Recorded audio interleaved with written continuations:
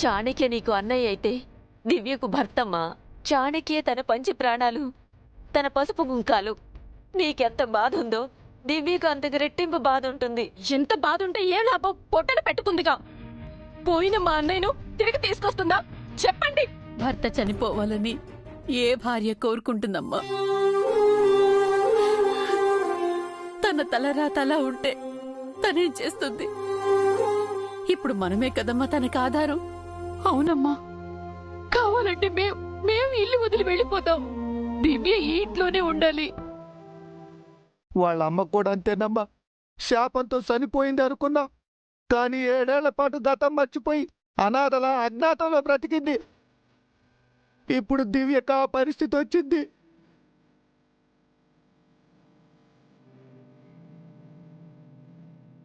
Manga madam గారు చాలా కష్టాలు పడ్డారు శశమ్మ. ఆ పరిస్థితి దివ్యమ్మకు రాకూడదు. దివ్యమ్మ ఈ ఇంట్లో ఉంటేనే క్షేమం. అయిపోయిందా? పెళ్ళైన ఆడది పుట్టింట్లో ఉండడం ఏంటి? అత్తారింట్లో ఉండాలి. భర్త చనిపోయినా అక్కడే ఉండాలి. అక్కడ ఉండడానికి ఇంకెవరున్నారు శశి? ఎవరు ఉన్నా లేకపోయినా తను అక్కడే ఉండాలి. తను ఇక్కడికి రాకూడదు. ఈ ఇంటి వైపు కన్నెత్తి కూడా చూడకూడదు.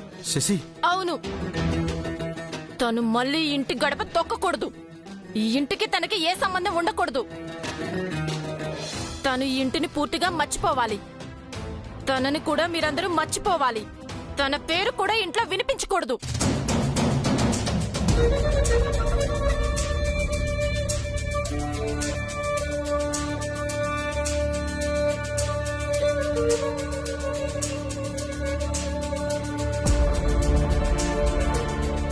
ఎందుకిలా మాట్లాడుతున్నావు శశి? తన వల్లే మా అన్నయ్య చనిపోయాడు. తనని చూస్తే మా అన్నయ్య గుర్తుకొస్తాడు.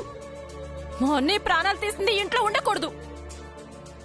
తను ఈ ఇంటికి శత్రువు. తన నీడ కూడా ఇంటి మీద పడ్డానికి నేను ఒప్పుకోను.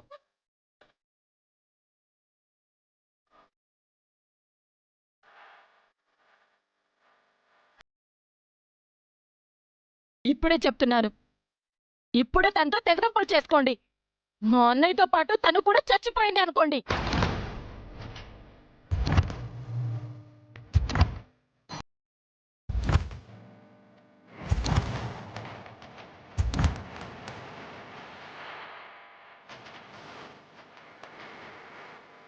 రేపు మా అన్నయ్యతో పాటు తనకు కూడా పిండాలు పెట్టి కర్మకాండ చేయండి.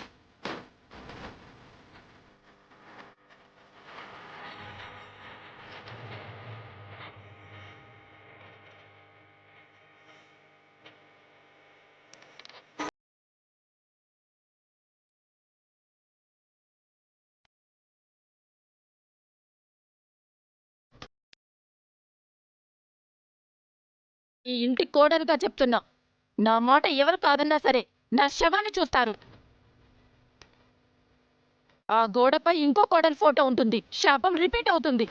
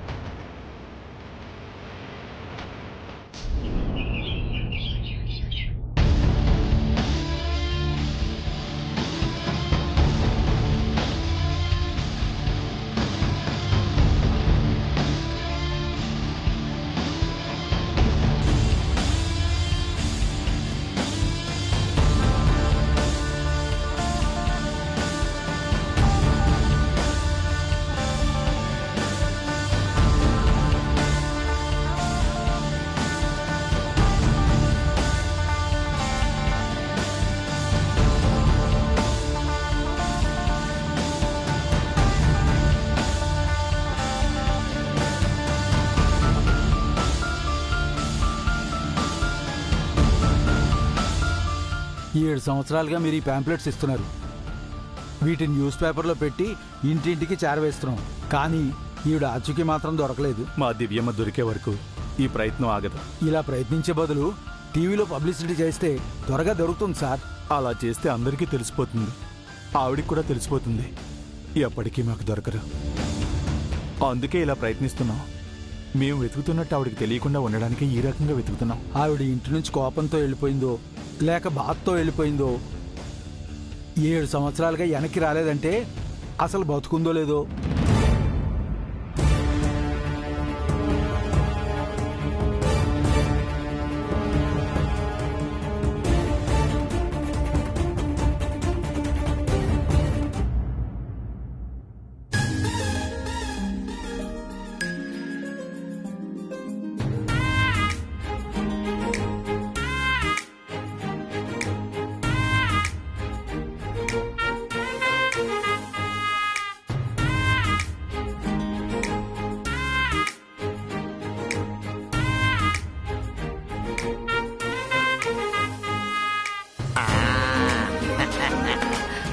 ఇదిగో చంద్రిక, ఆ బెలూన్లు అందుకో. ఆ నాకున్నది 2 చేతుల పౌడరు, 3-4 చేతులు ఏమీ లేవు. సాయానికి పిలిచానే, సెటైర్లేమని కాదు. తరాలు మారినా మన తలరాత మాత్రం మారలేదు. ఇప్పటికీ షాకిరి చేస్తూనే ఉన్నాం. దీనికంతటికీ కారణం ఆ యదవ చారుకేసగాడు. రాని వాడి సంగతి చెప్తాను. Good morning Chandrika madam. Good morning Prasad గారు. ఈ వెధవ వినయ విధేయతలకు ఏం తక్కువ లేదు. ఏరా పెద్దవాళ్ళమా, మాతో ఈ పనులు చేయించకపోతే 2 పనులు పెట్టి సావచ్చుగా. ఆ పనే కదండి చేశాను. అంటే ఏంట్రా, మేము నీకు పనోళ్ళలా కనిపిస్తున్నామా? అబ్బా, పని చేయకుండా ఈ సోది మాటలేమిటండి? త్వరగా కానివ్వండి. పనుల్ని కసిరించుకున్నట్టు ఆ డబ్బా ఏంపోయిందిరా. చూడండి, పెద్ద ఆవిడ పెద్దల్లో కలిసిపోయారు. కల్పనా మేడం కాలం చేశారు. ఇప్పుడు ఈ ఇంటికి పెద్ద దిక్కు ఎవరు? నేను మా ఆయన. కాదా? మరి ఇంట్లో ఏ పనైనా ఎవరి చేతుల మీద జరగాలి? మా చేతుల మీద గానే. ఇప్పుడు అదే కదండి జరుగుతుంది. మీ చేతుల మీద గానీ ఇంటిని అలంకరిస్తున్నారు. అమ్మా, మా వేలితో మాకనే పొడుచుకునేలా చేసావు కదరా చారుకేసా. కాస్త సాయం చేయమంటే ముందు నాకు సాయం చేయరా, నాకు అందటం లేదో.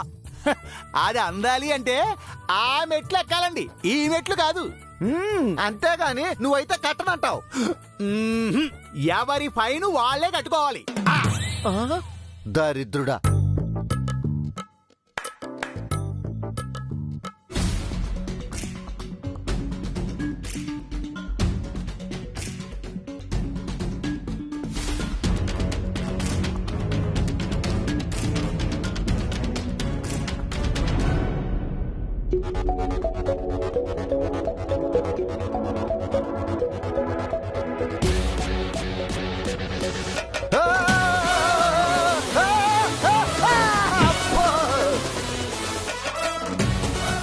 సత్యాన్రా దేవుడు, నడు తిరిగిపోయిందిరా స్వామి. పౌడ్రు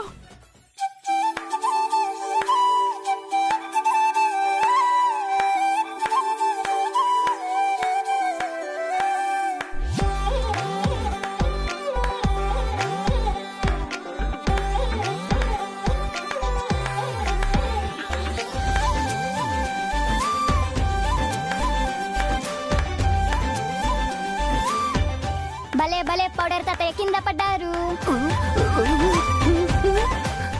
నిత్య చేరిపోయింది అనుకుంటే ఈ రూపంలోనే ఇంట్లోనే టెస్ట్ వేసిందని ఎప్పుడిప్పుడు అర్థం అవుతుంది. దీనికన్నీ వాళ్ళ చిన్న నానమ్మ నిత్య బుద్ధిలే వచ్చాయండి. పెద్దయ్యాక పోలికలు కూడా అవే వస్తాయేమో. అబ్బో, భలే భలే భలే భలే భలే భలే. ఏంటమ్మా శ్రేయ ఇలా చేసావు? పౌడర్ తాతయ్య కింద పడితే ఎలా ఉంటుందో చూడాలనిపించింది. అనుమానమే లేదు, అదే సాధించావు. నిత్య నోట్లో చూడి పడ్డట్టుంది. అమ్మో, ఇది ఇలా ఉందా? వాడు ఇంకోలా ఉన్నాడు. ఎవడోడో? ఇంకెవడు? ఆ జైగాడు. అమ్మో,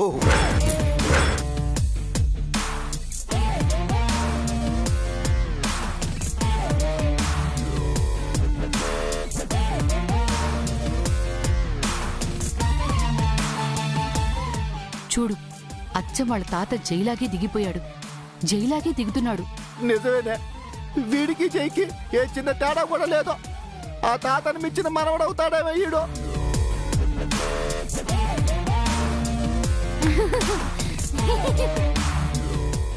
ఏంటి గ్రాండ్పా కింద కూర్చున్నారు? కూర్చోలేదురా, మీ చెల్లెలే పడేసింది. నిజమా శ్రేయ? తప్పు కదా. అట్ట చెప్పరా దానికే. నేను చూడకుండా ఎలా పడేసావు? మళ్ళీ పడే. గ్రాండ్ పా ఎలాగో పడిపోయారు, గ్రానీని పడేనా? పోసి పిల్ల రాక్షసి, దయచేసి నా జోలికి రాకమ్మా, నీకు దండం పెడతాను. అప్పట్లో జైసాన్ని మంగా మేడం గారిని మీరు బాగా సతాయించారట కదండి, అందుకే ఇప్పుడు వీళ్ళు మిమ్మల్ని ఏడిపిస్తున్నారు.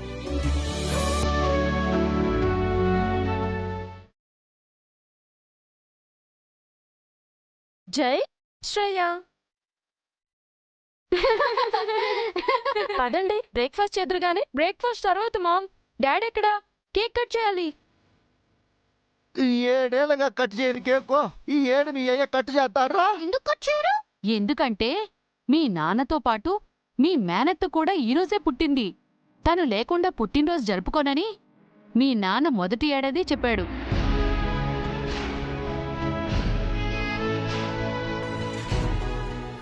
అప్పటి నుంచి ప్రతి ఏడు మేము కష్టపడి అలంకరించడమో, మీ నాన్న వద్దనడం, ఈ పూలు వాడిపోవడమో, ఆ బెలూన్లు పగిలిపోవడం అలాగ జరుగుతూనే వస్తుంది.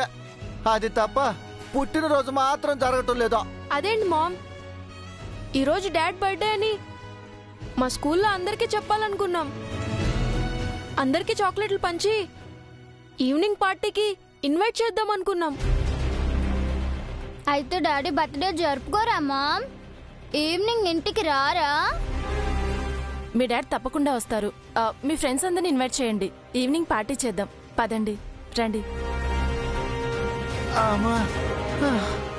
ఏమిటండి చిన్నపిల్లలకి లేనిపోయినవన్నీ చెప్తున్నారు? ఇప్పటివరకు ఈ ఇంట్లో ఏం జరిగిందో ఆ విషయమే కదరా మేం చెప్పింది. దివ్య ఇంటి నుంచి వెళ్ళిపోయాక ఏ రోజైనా అభి సంతోషంగా ఉన్నాడా? శశి కోపం తగ్గిందా? మీరు చెప్పింది నిజమే, కానీ చిన్నపిల్లల ముందు ఇలాంటి విషయాలు చెప్పకూడదు అంటున్నాను, అంతే.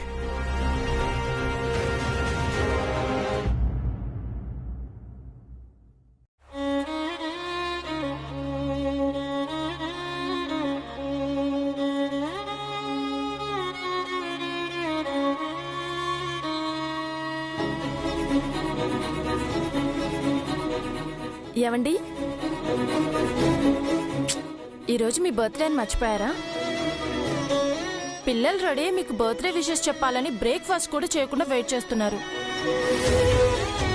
మాట్లాడుతుంది మీతోనే అండి, అలా మౌనంగా ఉంటే ఏంటి అర్థం? పుట్టినరోజు నాడు కూడా డల్గా ఉండాలా?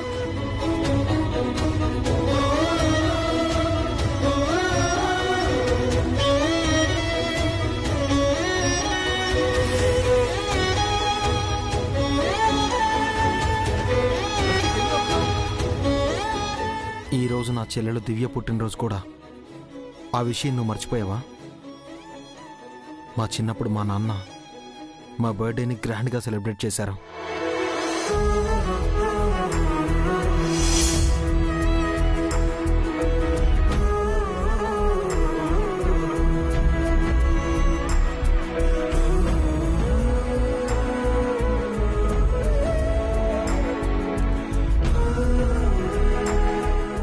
ఆ రోజు ఇంకా నా కళ్ళ ముందు మెదులుతూనే ఉంది. ఈరోజు నా చెల్లెలు లేకుండా నేను బర్త్డే చేసుకోవాలా? ఆవిడ గారి ఇంటి నుంచి వెళ్ళిపోయి 7 సంవత్సరాలు అవుతుంది, ఇప్పటికే తిరిగి రాలేదు. వస్తుందో రాదో కూడా తెలీదు, అసలు బ్రతుకుందో లేదో కూడా తెలీదు. Shashi,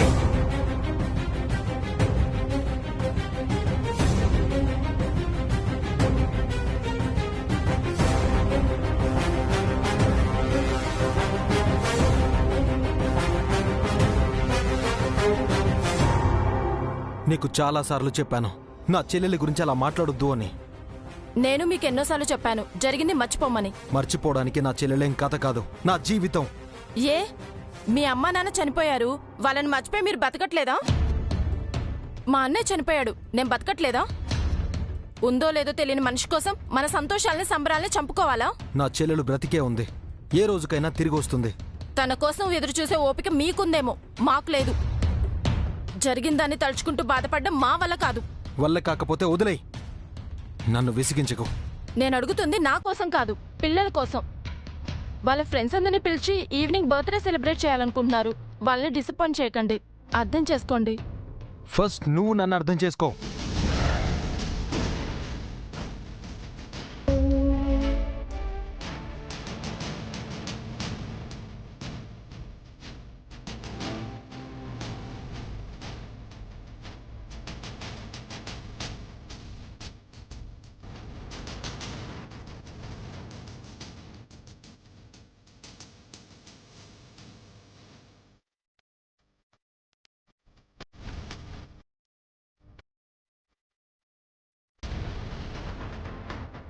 many more happy returns of the day daddy. Happy birthday daddy.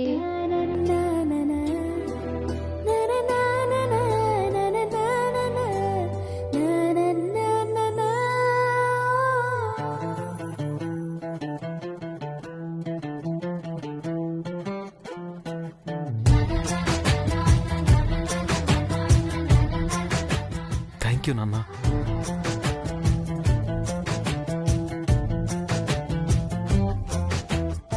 Thank you తల్లి.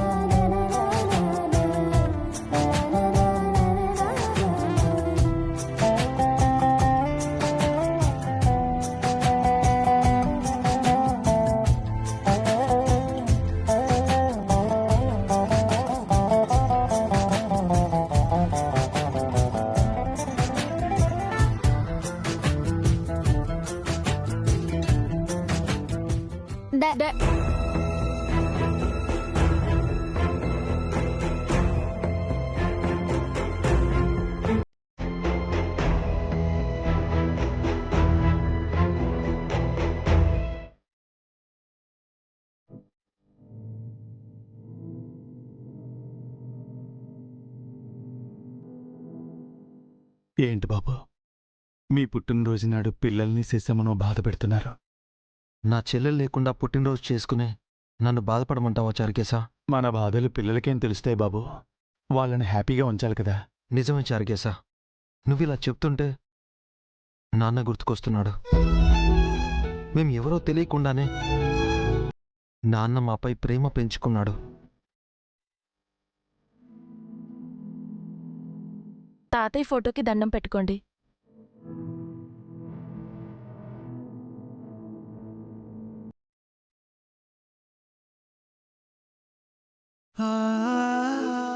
ఆయనే నాన్న అని తెలిసినా కూడా నేను నాన్నని ద్వేషించాను. ఇప్పుడు దివ్యను శశి ద్వేషిస్తోంది. మమ్మీ, తాతగారి ఫోటో ఉంది, మరి నానమ్మ ఫోటో లేదే? నానమ్మ ఫోటో ఎందుకు లేదు మమ్మీ? ఎందుకుంటుంది, తీసి పడేస్తేనో. గోడలకి ఫోటోలతో పాటు మంగ ఫోటోను కూడా కాలగర్భంలో కలిపేసింది. దివ్యని ఇంటి నుంచి శాశ్వతంగా దూరం చేయాలని ఇంట్లో ఉన్న దివ్య జ్ఞాపకాలన్నింటినీ శశి నాశనం చేసింది. దివ్య ఎలా ఉంటుందో కూడా పిల్లలకు తెలియకుండా ఉండడానికి చివరికి అమ్మ ఫోటో కూడా ఇంట్లో లేకుండా చేసింది. పిల్లలకు దివ్యపై ద్వేషం కలిగేలా చేసింది. అనవసరమైన వస్తువులు ఇంట్లో ఉండకూడదు జై. పనికిరాని వాటిని బయటపడేయాలి శ్రేయ. దివ్య ఇంటికి అనవసరం అంటుంది. దివ్య ఇంటికి పనికిరాదు అంటోంది. మనకు సంబంధం లేని వాళ్ళ గురించి, మన సంతోషాలని దూరం చేసిన వాళ్ళ గురించి మాట్లాడకండి. ఇదంతా అత్తయ్య వల్లనే కదన్నయ్య? అవును, తన వల్లే డాడీ బర్త్డే జరుపుకోవట్లేదు. I hate her. అత్తయ్య అంటే నాకు కోపంగానే ఉంది. తను ఎక్కడుందో ఏమో. దివ్యమ్మ కోసం 7 ఏళ్లుగా వెతుకుతున్నాం బాబు. దివ్యమ్మ ఎక్కడ ఉన్నారో, ఎలా ఉన్నారో. కొండంత బాధని గుండెల్లో దాచుకుని వెళ్ళిపోయింది దివ్య. తను అగ్నిపర్వతాలని గుండెల్లో దాచుకున్న సముద్రం లాంటిది చారుకేశా. ఆగిపోని అలల్లా ఎన్ని కష్టాలొచ్చినా ఎదుర్కొని ధైర్యంగా గంభీరంగా నిలబడుతుంది. తను ఎక్కడున్నా మహారాణిలాగా ఉంటుంది. సరస్వతీదేవికి జ్ఞానం, లక్ష్మీదేవికి సంపద, పార్వతీదేవికి ధైర్యం, సాహసాలు ఎలాగో నా చెల్లెలికి స్వాభిమానం, స్వశక్తి అలాగా. సూర్యదేవర జయసూర్య గారాల పట్టి అలివేలు మంగతాయారు ప్రతిరూపం ఈ అన్నయ్య చిట్టి చెల్లెలు నా దివ్య.